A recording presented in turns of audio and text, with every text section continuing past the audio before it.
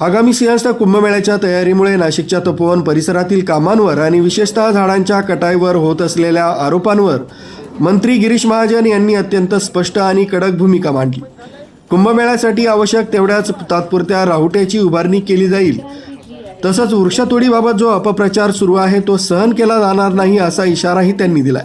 मागील कुंभमेळ्यात जितक्या राहुट्या उभारल्या होत्या तितक्याच यावेळीही उभारण्यात येणार आहेत। कामासाठी काही झाडं हलवावी लागतील, पण ती सर्व झाडं दुसऱ्या ठिकाणी पुनर्रोपित केली जाणार आहेत। मागील कुंभमेळ्यात स्थलांतरित केलेल्या झाडांपैकी 80% झाडं आजही जिवंत आहेत। जय श्रीराम, जय जय श्रीराम। या ठिकाणी मंचावर उपस्थित आदरणीय पूजनीय आमचे हरिगिरीजी महाराज, त्र्यंबकेश्वर, नाशिकहून आलेले सर्व साधू संत महंत, सर्व आदरणीय पूजनीय या ठिकाणी उपस्थित आपले आमदार राहुलजी, आमच्या दिव्यादिताई, सर्व अधिकारी उपस्थित, सर्व निसर्गप्रेमी वृक्षप्रेमी बंधू भगिनींनो आणि पत्रकार मित्र, आज मला वाटतं आपल्यासाठी अतिशय महत्वाचा दिवस आणि आनंदाचाही दिवस आहे। कारण नाशिक शहरामध्ये आता आपण वृक्षारोपणाला सुरुवात केलेली आहे। तर म्हणजे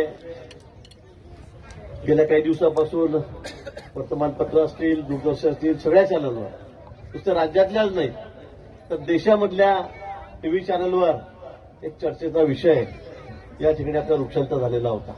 महाराजांनी त्या बाबतीमध्ये वाच्यताही या ठिकाणी केलेली आहे आणि आज तर आपण तिथे मोबाईल ॲपच्या या ठिकाणी उद्घाटन केलेलं आहे। याच्या माध्यमातून सुद्धा आपल्याला आता कुठे झाडं लावायची आहेत, काय आपल्याला सांगता येईल।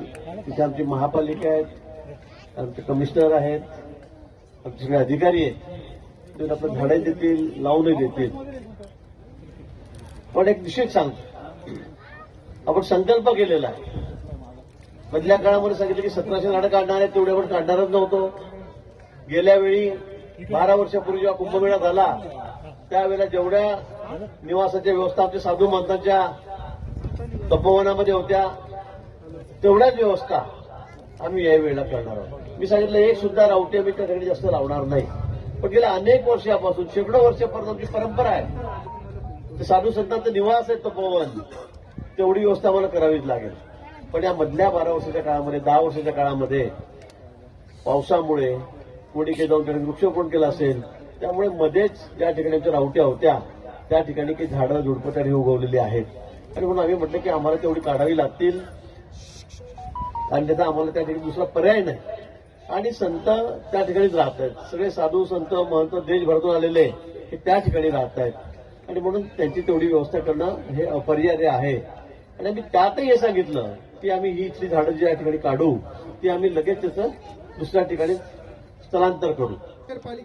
मंत्री महाजन यांच्या स्पष्टीकरणामुळे कुंभमेळ्याची तयारी आणि पर्यावरण संवर्धन या दोन्ही गोष्टींमध्ये समन्वय साधण्याचा सरकारचा प्रयत्न असल्याचंही दिसून येत आहे। आरबी न्यूजसाठी पांडुरंग भांगरे, मोखाडा।